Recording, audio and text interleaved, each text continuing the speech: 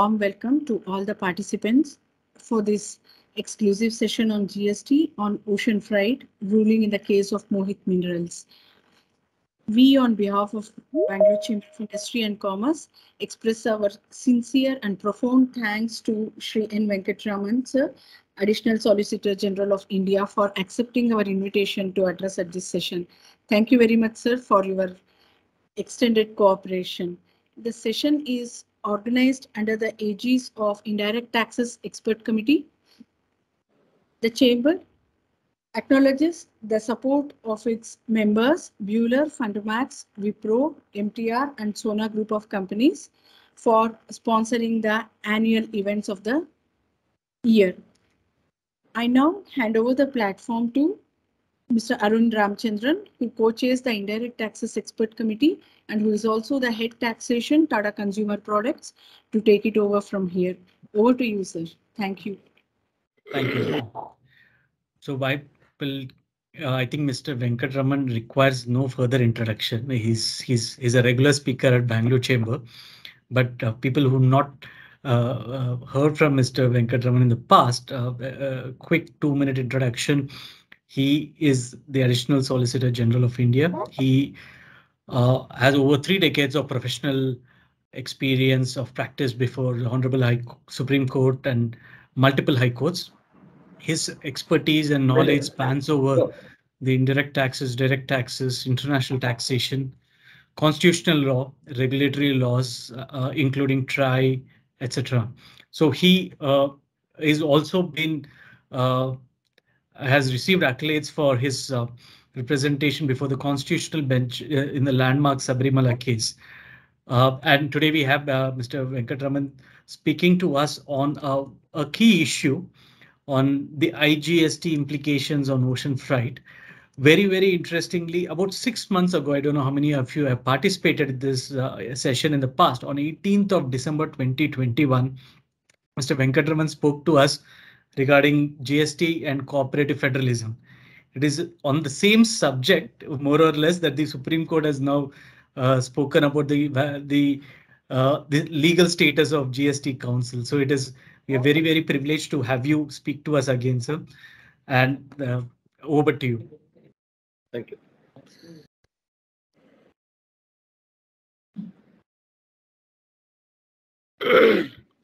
Thank you, Arun. Thank you, Rupa, and my dear friends. Happy to be here for the BCIC for this talk on Mohit Minerals. It was 9 days back. I did deliver a lecture for Tax Sutra. Over about 800 people attended it and raised a lot of questions. So I found out that this is a very interesting topic. I will try to put forth a few principles and what the judgment seeks to say.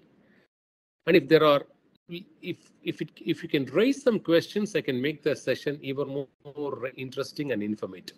It also depends on how you participate to make it very interesting. But it's indeed an important judgment for any tax practitioner and also a constitutional lawyer.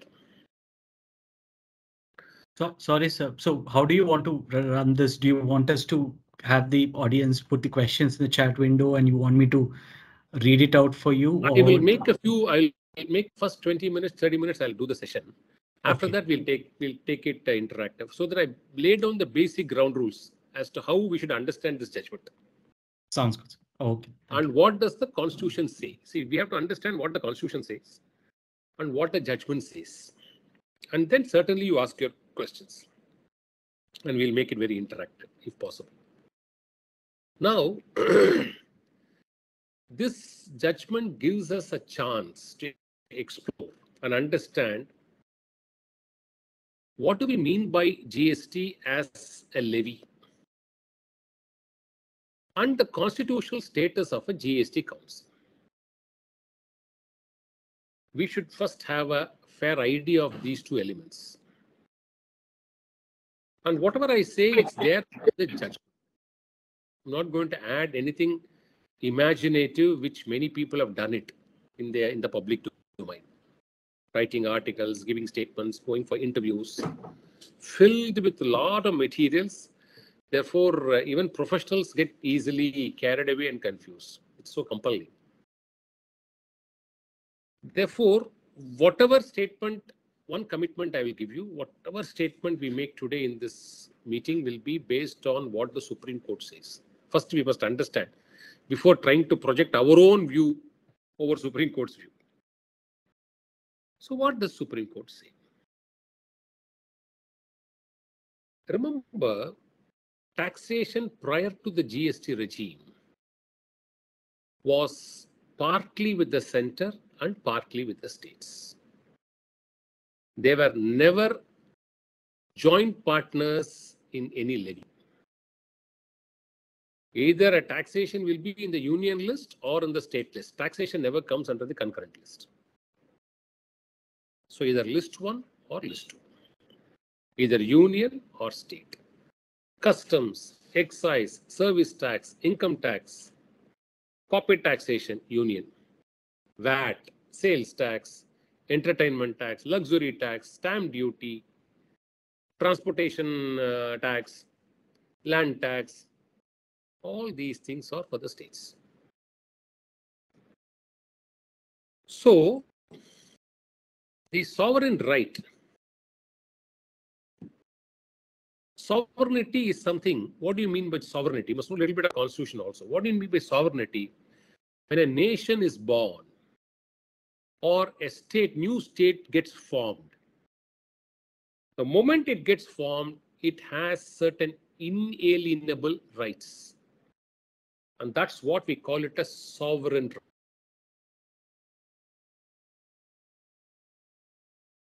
So the power to legislate is a sovereign right. It's not a private right. It's not a contractual right. It's a constitutional right. And the right flows from the moment the nation gets created. So likewise, in list 1 and list 2, Parliament and states have natural right to impose taxes. What have they done under the GST scheme? Under the 101st Constitutional Amendment scheme, both the partners have aligned themselves together. First, which is what Supreme Court says, it is a simultaneous levy because the taxable event is the same. On the same taxable event, both union and state would levy. Unlike income tax or customs, where the taxable event is one and the taxing entity is also one. Here it is two. So this is what we call it as a simultaneous levy. This simultaneous levy is distinct from the concurrent levy, which we know under list 3 of the Constitution. What do you mean by concurrent levy? List 1 is exclusive union, list 2 is exclusively states, and list 3 is both states and union can concurrently pass legislation. But under Article 254, there is a test called the repugnancy test. If the laws are repugnant between the union and the states, then union will prevail. But if state has to pass something, bypassing that, it has to get the assent of the president. So, repugnancy is the game changer when it comes to concurrent levy. So, the Supreme Court says in this judgment, simultaneous levy and concurrent levy are not one and the same because concurrent levy is subject to repugnancy test. Supremacy, one will override the other.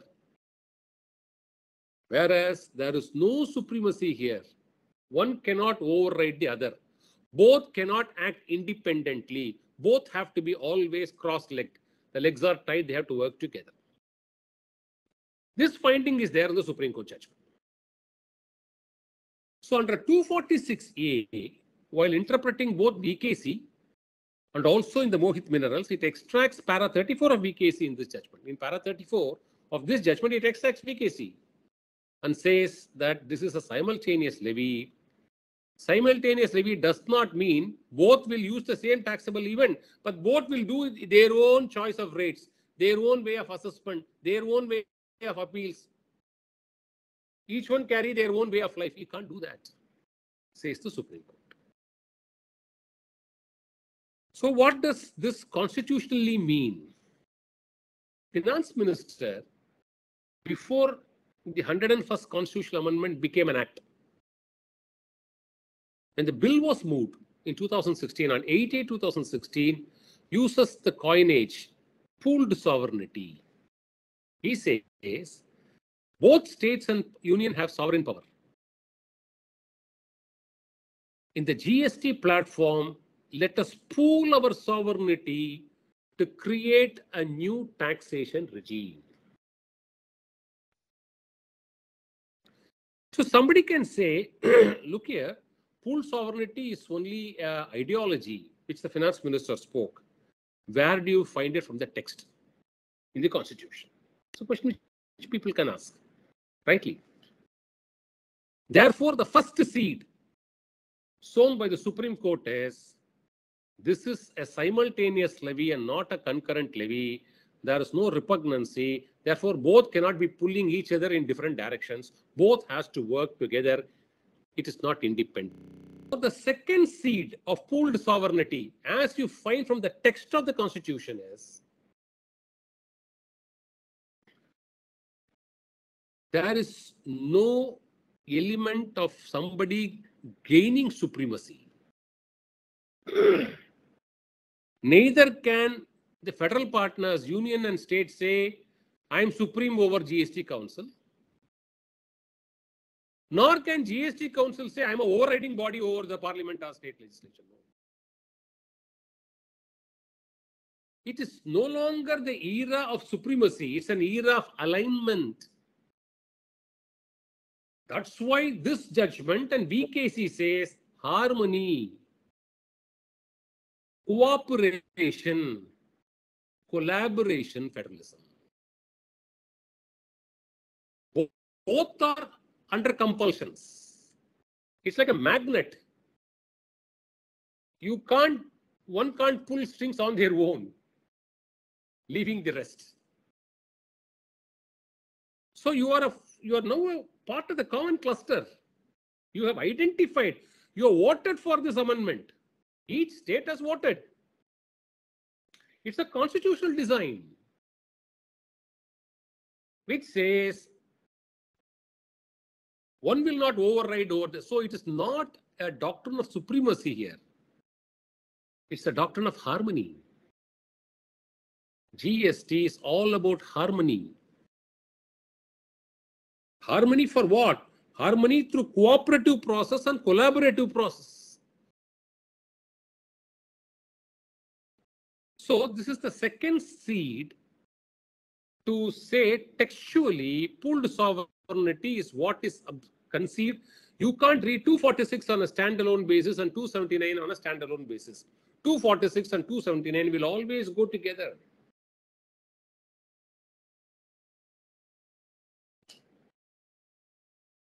Now, the third step. Why do we say pooled sovereignty is the heart of GST through the constitutional process? The third step is, original 2011 bill recommended that every decision making in the GST Council has to be unanimous. Then the Standing Committee in 2014 recommended that it's not possible all the time to have unanimous verdict, so we should go for voting. So they initially recommended a simple majority, and they said, no, that's not going to do well. We should have 3/4 majority, in which 2/3 votes will be with the state and 1/3 vote will be with the parliament, union. So that union cannot exclude the state and decide something unilaterally. Nor can all the states get together and try to exclude union in a decision-making process. This is the fulcrum of cooperative federalism. This is conceived in it is found in the text of the Constitution, not in some in a minister's speech. So the third point in the text of the Constitution says this is nothing but a right to vote together and take a call. of how this law should be. So, Article 279A, subclause 9 says decisions are taken on the basis of voting.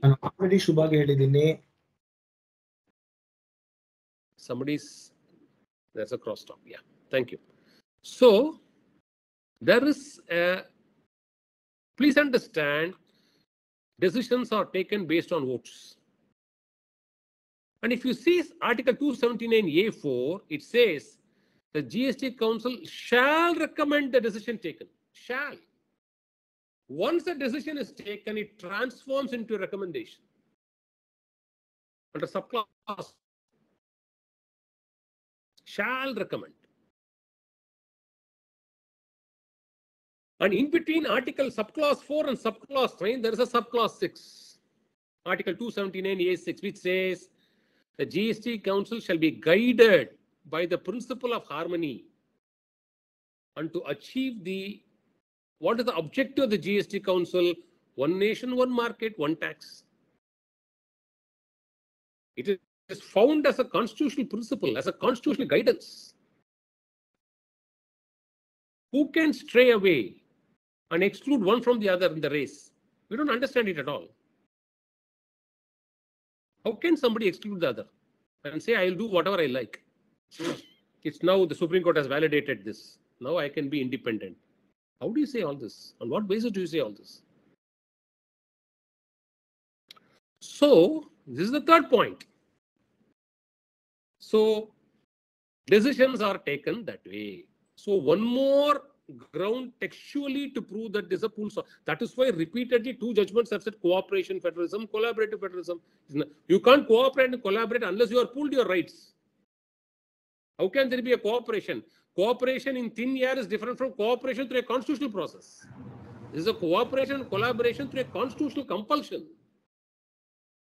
You can't disturb it that easily.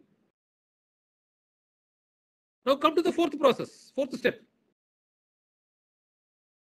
279A11 says, this was again a major amendment. They originally in the 2011 bill, they recommended an article called 279B, where you constitute a separate dispute resolution mechanism. Then they said that's not going to gel well. So that article was given a go by, and they introduced subclause 11 to 279A, saying that any dispute arising out of the recommendation or its implementation will be resolved by a mechanism which will be arrived by the GST Council only. Fourth seat to say it's pooled sovereignty. You can't, either you follow the recommendation, which is what is happening for the last 5 years, or if there is any concern, persuade. If it goes to voting and you are not part of the voting majority, and if you want to raise it as a dispute, then it has to be only resolved through the GST Council, through the process of adjudication under 279A11. You cannot act independently. This is the constitutional mandate under 11. Subclause 11 is part of the constitutional scheme. It's not outside the scheme. So to say that I can wave my hand the way I like, I can flip the book the way I want and decide whatever I want to do on GST law henceforth, is all going against the teeth of the constitutional mandate, which the Supreme Court has nowhere said you can do all this. Show me one paragraph. So, the scheme is so structured, the constitutional principles are so structured that this hybrid variety, which the Supreme Court says, this is sua generis, it is an architecture of its own. You can't compare it with anything else under the Constitution. It's unique. And therefore, it has the uniqueness needs to be respected and maintained. Therefore, this leads to the fifth point. When all 4 points constitutionally binds the partners, can somebody say, look here, whenever I want, I'll be part of the pool sovereignty. Whenever I don't want, I will pull out of my sovereignty. Which constitutional provision gives you that? How do you read that?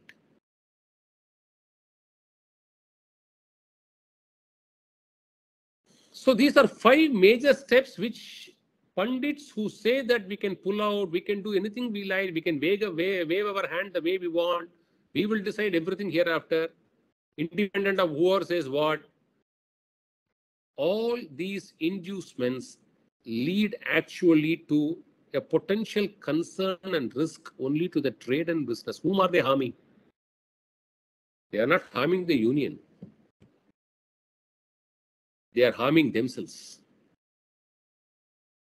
and the business interest of their own state. Nothing else. Whom are they harming? If tomorrow some state decides to tax all automobiles at 40%, who is going to buy from there? When rest of India is going to sell it at 28%.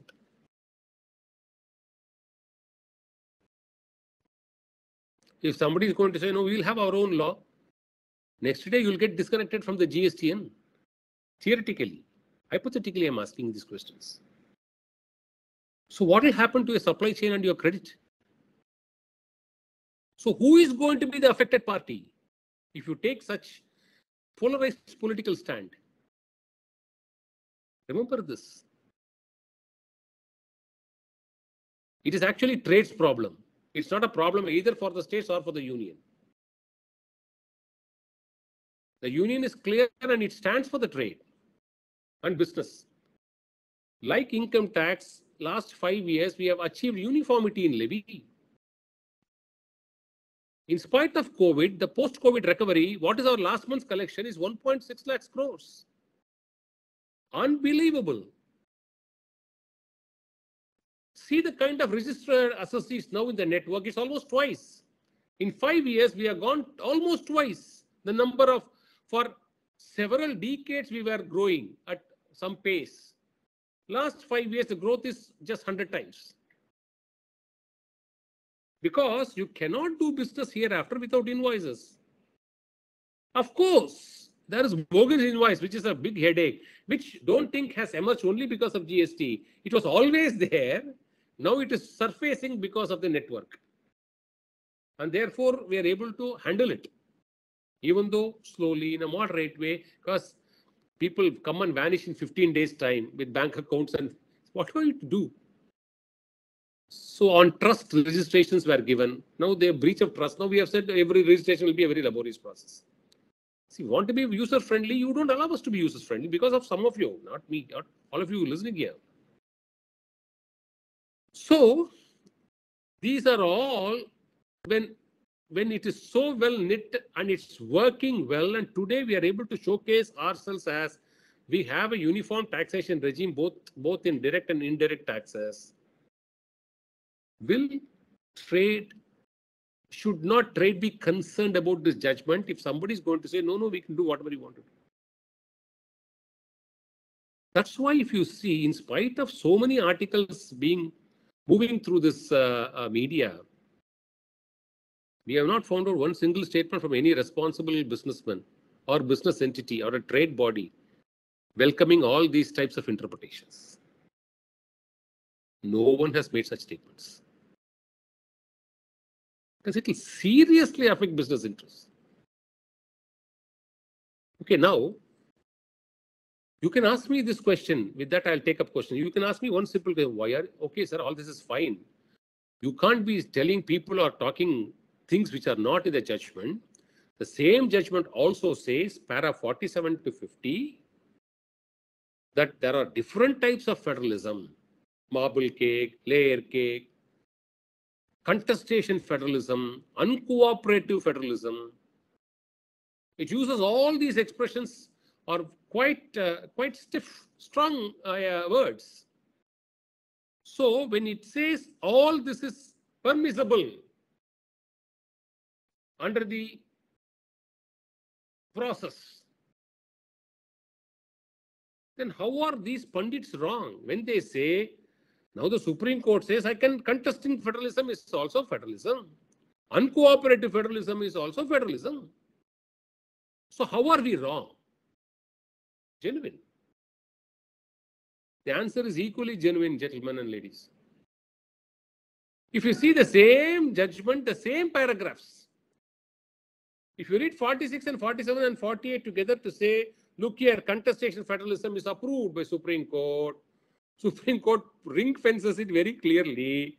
Contestation federalism, what type of a contest? The contest has to be within the framework of the constitutional design.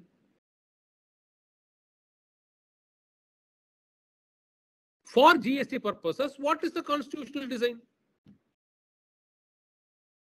274 A9, A4, A6, A11, read with 246A.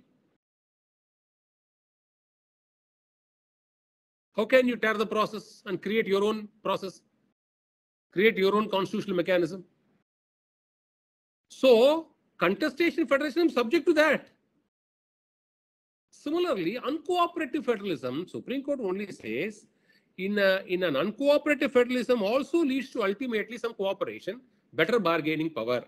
And after capturing 2 paragraphs on uncooperative federalism, it says, it refers to the NGT judgment,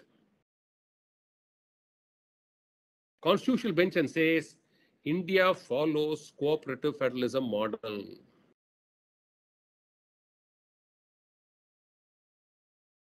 So, people who speak about contestation federalism and uncooperative federalism should not leave out these principles coming out of the very same judgment, very same paragraphs. If you want to say contestation federalism, it says also do it within the constitutional design. If you say uncooperative federalism, the same judgment says it leads to cooperation and India follows cooperative federalism. It nowhere approves. Uncooperative federalism is our constitutional philosophy. It nowhere says.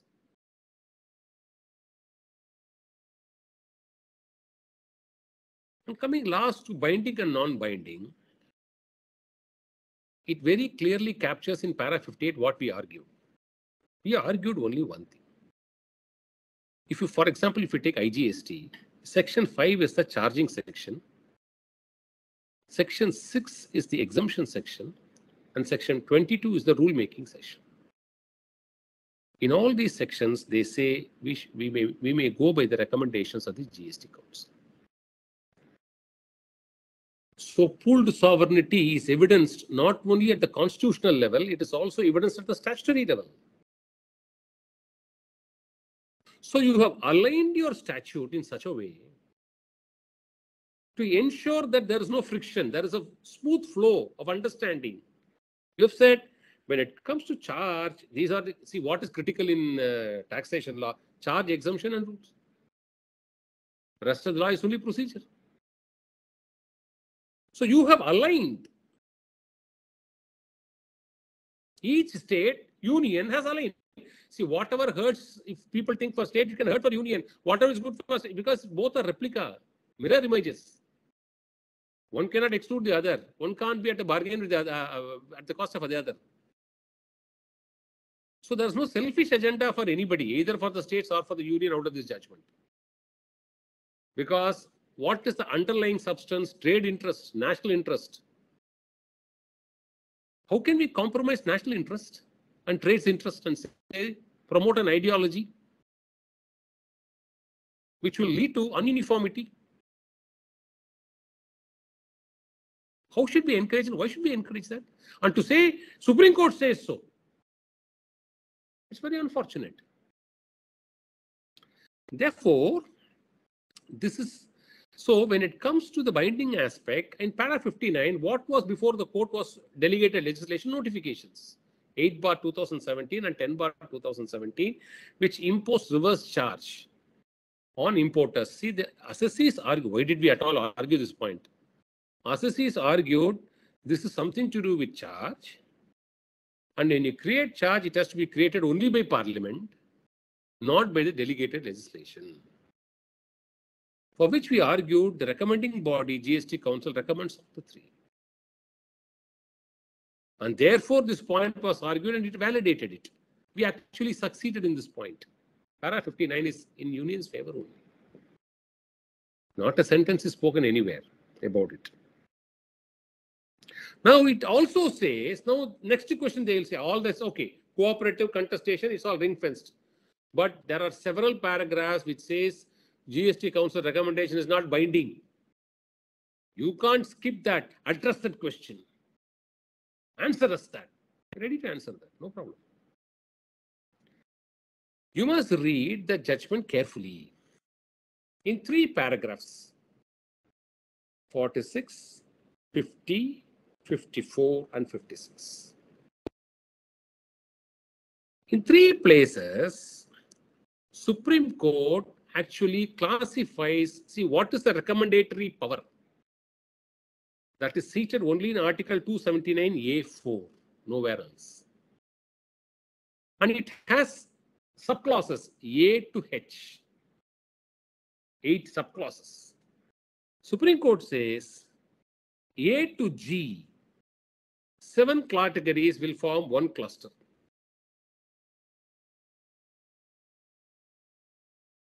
Charge, exemption and rule making. And H is the residuary clause in all other issues related to GST. So the non-binding was examined by the Supreme Court only under clause H. It has nowhere said A to G is not binding. One sentence, let somebody show to me. Only clause H it has dealt. And while dealing clause H, it classified H, it widened H into 2 categories. If you see the textual language of the Constitution, it only says all other matters relating to GST. Whereas Supreme Court in para 50 has nuanced it, saying that this is a very, very important federal body where partners meet and discuss and collaborate and decide things. So this is not going to be a forum only meant for indirect taxation. It's a forum which goes beyond that to encourage both federalism and democracy. Para 50, last sentence very clearly says this. Whatever we spoken today is quoted from the judgment, not a word outside the judgment. I give you the assurance. So it says beyond indirect taxation system.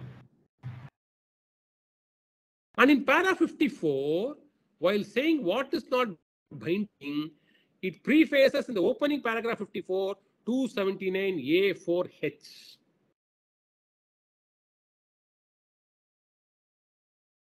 So 54 should be read with 50.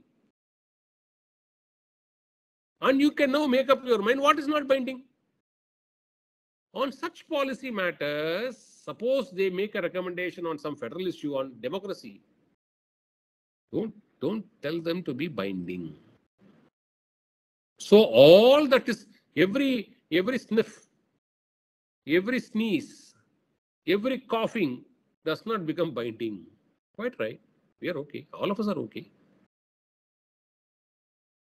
But to say, you forget all these limitations embedded in the judgment and you make your own imaginary theory, how do you, where are the legs for you to stand? Is the question. So I broadly explained the contours of this judgment. May I now request you to ask your own questions, if any. I can take it. Thank you, sir. Rupa, we can probably open it for questions. I'll probably go with the first one, which I have, and then we'll wait for the rest to come up. So while there has been a detailed discussion on the very aspect of the constitutional validity that you spoke about, is this Supreme Court judgment, now that there are different ways people are reading it for what one convenience or whatever reason. Is this now behind us, or do you see more of such arguments being now taken before the Supreme Court on every GST legal issue that goes to the Supreme Court, travels to the Supreme Court? Do you see more of these sort of questions being raised before the Supreme Court? See, this is an exceptional constitutional issue. You can't make every issue into a recommendatory issue. So that apprehension trade should not have. You should have that confidence. You may have to fight your classification, valuation, ITC, refund, etc., in its own mechanism. Okay. So that may not be a matter of concern, but because different views are floating, how do you finally reconcile? Yeah, we have planned some options. At the moment, it's classified. I won't be able to discuss it. So I hope eventually things will iron out, is the hope. We have some plans, plan A, plan B, all that is being explored, but not the time for discussion on that. That's good to hear, sir, because at the end of the day, certainty is what the business wants. We don't, at least union is, I want to be very sure, union is very clear what this judgment says. We have no ambiguity. But there is enough confusion and ambiguity in the market. And what is bothering us is this should not affect trade. Right. And business. Therefore, because of these two reasons, well, we will see what needs to be done. It's good to hear. Rupa, do we have any questions? Any raise of hands? How do you do this? Oh, otherwise, 1.5 hour meeting will become 45. I'm very happy. And probably I have noted one more question. The other question was on the aspect which was the moot of the judgment, which was the ocean freight, the IGST on ocean freight. That seemed to have lost context in the overall smoke of. At least in the media, I'll just briefly explain it. In fact, many of you who had the patience to read this judgment, at least few of them call me, sir, up to page 140, union has succeeded.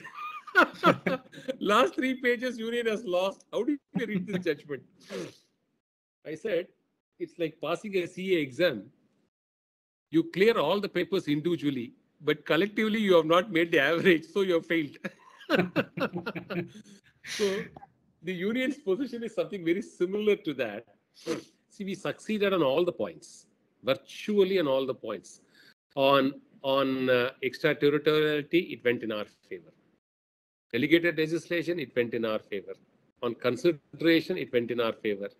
On reverse charge, it went in our favor. On service recipient, it went in our favor. So what did not go in our favor is composite supply. We have, see, today it's a judgment of the Supreme Court. We have to bow down our head and take it. Even though we may have some reservations about the correctness. But okay, there are options to explore. So we are also exploring that option, because what is concerning is composite supply has to be qua a service provider. You can't go and say the anterior transaction to the present service provider transaction will be a composite supply to the present service provider. That's not emanating from the rule, from the definition. It has to, because ultimately GST is a service contract-driven law. So then every subcontractor will become composite supply. So this will have ramifications. But at the moment, we are more concerned in clearing this panic which is gripping the trade and business. Because this is a minor issue, we'll handle it. We have to handle it, but we will handle it in the way known to all of us. So we should sort it out, but we will sort it out. But otherwise, textually, we have succeeded on 5 out of 6 or 6 out of 7, except for the composite supply. But still, ultimately, what matters is who wins the 2020. So my friends have won this time, and therefore it's my duty to compliment my friends and congratulate them. 12 of them very valiantly fought. I was 1:12 for about 40 days. We fought this battle. It was one of the best learning battles in my life. I learned from all my friends, and I should acknowledge, free of cost. I learned a lot of things, and it was. I mean, had the satisfaction of battling the best brains in indirect taxes across the nation, single-handed. It's a pleasure. So I should thank my friends for that. Good to hear. A question from Prakash Rao. Would you like to unmute Rupa? It would be easier. Prakash Rao can.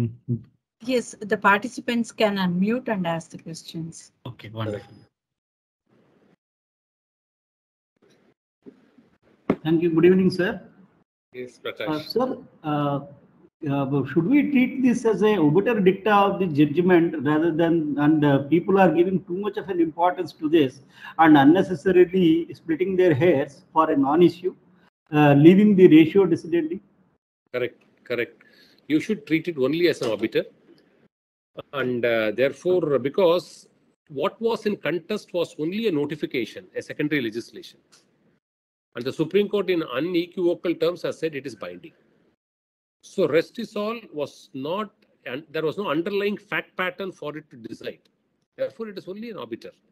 And even there, the obiter was only with reference to subclass H, and within subclass H only with regard to federal and democratic issues, not with GST indirect tax issues. That's the point I need to clarify to all of you. So the whole judgment has to be read without missing out these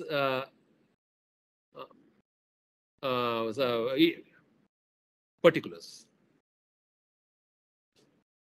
Yeah, Prakash, you are right.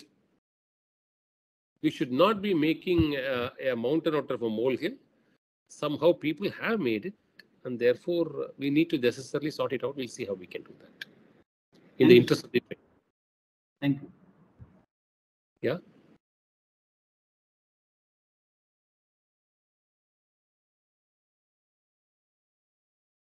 Any other questions? Please unmute yourself and you can raise a question, please.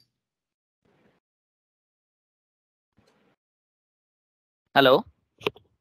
Hi, Arun. Manjesh here. Hi, Manjesh. Please go ahead. Sir, Yes, it is my privilege to have a discussion with you, sir. I've been listening to you for some time, but this is my privilege just to listen to you on one-on-one. So my question is on three grounds, sir. One, is there now we hear that from the consultant that this is under we are not required to pay the taxes under reverse charge. So should we stop paying the taxes, or should we wait for some more time to the law to evolve, or is the department planning to file a review petition, or what's the plan, sir? What's your take on behalf of the trade? Today, trade has succeeded. As per the Supreme Court judgment, there is no taxation of reverse charge on ocean freight. That's the law today. So you are entitled to follow that law. What can happen in future is something which I don't want to speculate at the moment. But today, the law binds all of us. The law is, even though we have succeeded on 5 grounds, we have finally lost the case. Assessees have succeeded by saying, the Supreme Court saying, ocean freight, you can't tax it under the composite supply. And especially when you have charged IGST on freight as part of the customs goods valuation within India, don't tax it again. It's wrong. But hearing your words that it is not forming part of the composite supply, so that's a caution. What I think indirectly you are giving to the trade, that maybe. No, it's not a caution. We are concerned that this will have. We are also examining its ramifications. Suppose ramifications is not much. We do not know what government will take a call. See, at least in GST and both now in income tax also, we are trying to be, at least the board and at a conceptual, we want to be very, very user friendly. At a field level, at an individual level, each one operates in their own scale. But at a functional level, both at the ministry level and at the board level, we try to interface and see what best can we do. See, we gave an assurance before the Supreme Court in VKC that we would change the formula for this refund. So that's under serious consideration. One of the GST Council meetings, when there is no storm, it will be piloted. So you'll get a revised form where you'll get the quantum of refund is going to be more. So in Tran 1, we are now really trying to solve the problem once the Supreme Court reopens. We really want to solve the problem so that 7,000, 8,000 writ petitions across India needs to be sorted out. So we're working on it. So this is so what is its actual impact and how is it? Severity is yet to be identified. So once we know the severity, we can certainly take a call. So it is premature to say we will go for review, we'll go for amendment, we will somehow make you pay. All that is premature. We don't know at the moment. Thank you, sir. It's my privilege to talk to you, sir. My privilege equally, Manjesh. Thank you. Sir, good evening. This is Ravichandar. It gives me a great privilege to talk to you one-to-one, though I have met you a couple of times in the high courts. Oh, thank you, Ravichandar. Please go ahead. Sir, this being what I call ocean freight, and yeah, it is a revenue neutral for most of the assessees.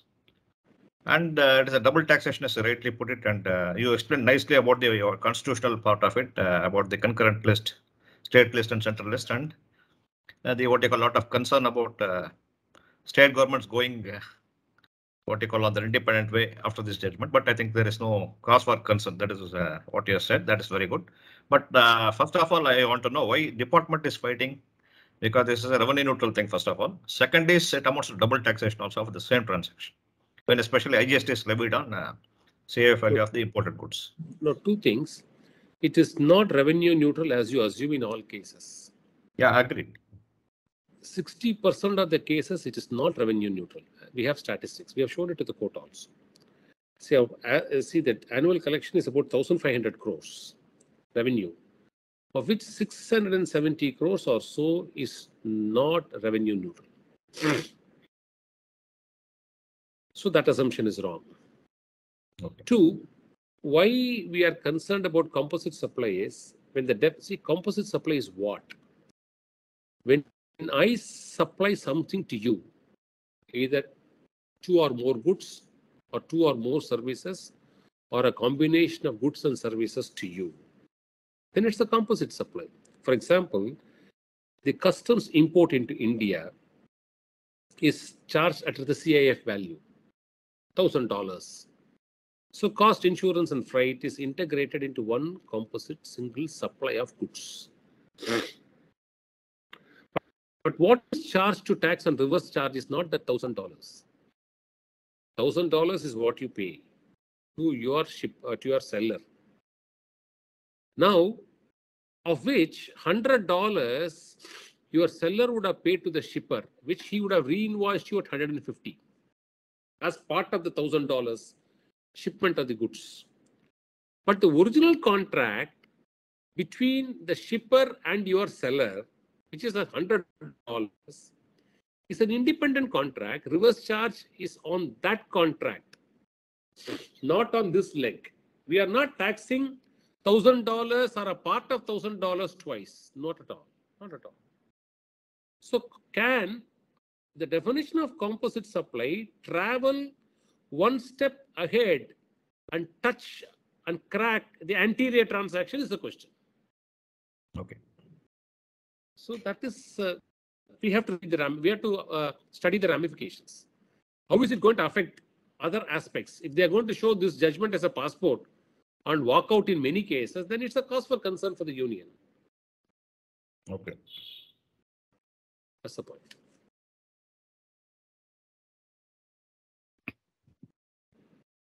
Yeah. Good evening, sir. This is Vasan. Hi, Vasan. How are you? Fine, Venkat. This issue, can it go back to the valuation, customs valuation as a FOB basis with a CIF, and under deductive valuation, and then can there be a freight captured separately? No. So this customs valuation is solid. The taxation is always CIF. Even if you have an FOB, then there's a notional addition to it. So therefore, this judgment has nowhere gone into that path to re-examine CIF and FOB contracts in customs. Not at all. According to us, see, it's like the aspect theory is very important. The Supreme Court has not gone into it, but doesn't matter.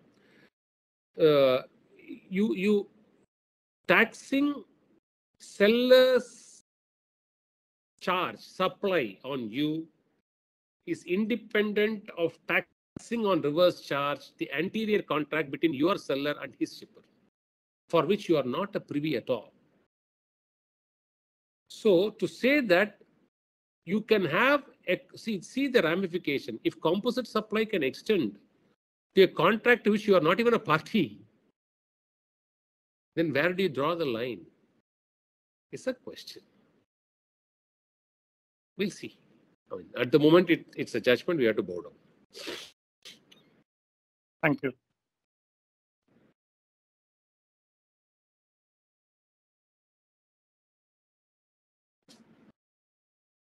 Arun? Yes, I'm here. I'm seeing if there are any more questions in the chat window. If there are nothing, then we'll wind up. I've said 30 minutes for all of you. Should thank me. It's a pleasure talking to you all. If there is any question, I'll take it. Otherwise, we'll wind up. I don't see any more further questions, sir. Very good. Thank you so much for your time. Really appreciate you taking time and taking us through these positions. Rupa, over to you. Thank you very much, sir, for addressing at this session. And we thank all the participants for making it convenient to join the session. Thank you once again. Thank you. Namaste. Thanks, Arun. Thanks. Thanks, Rupa.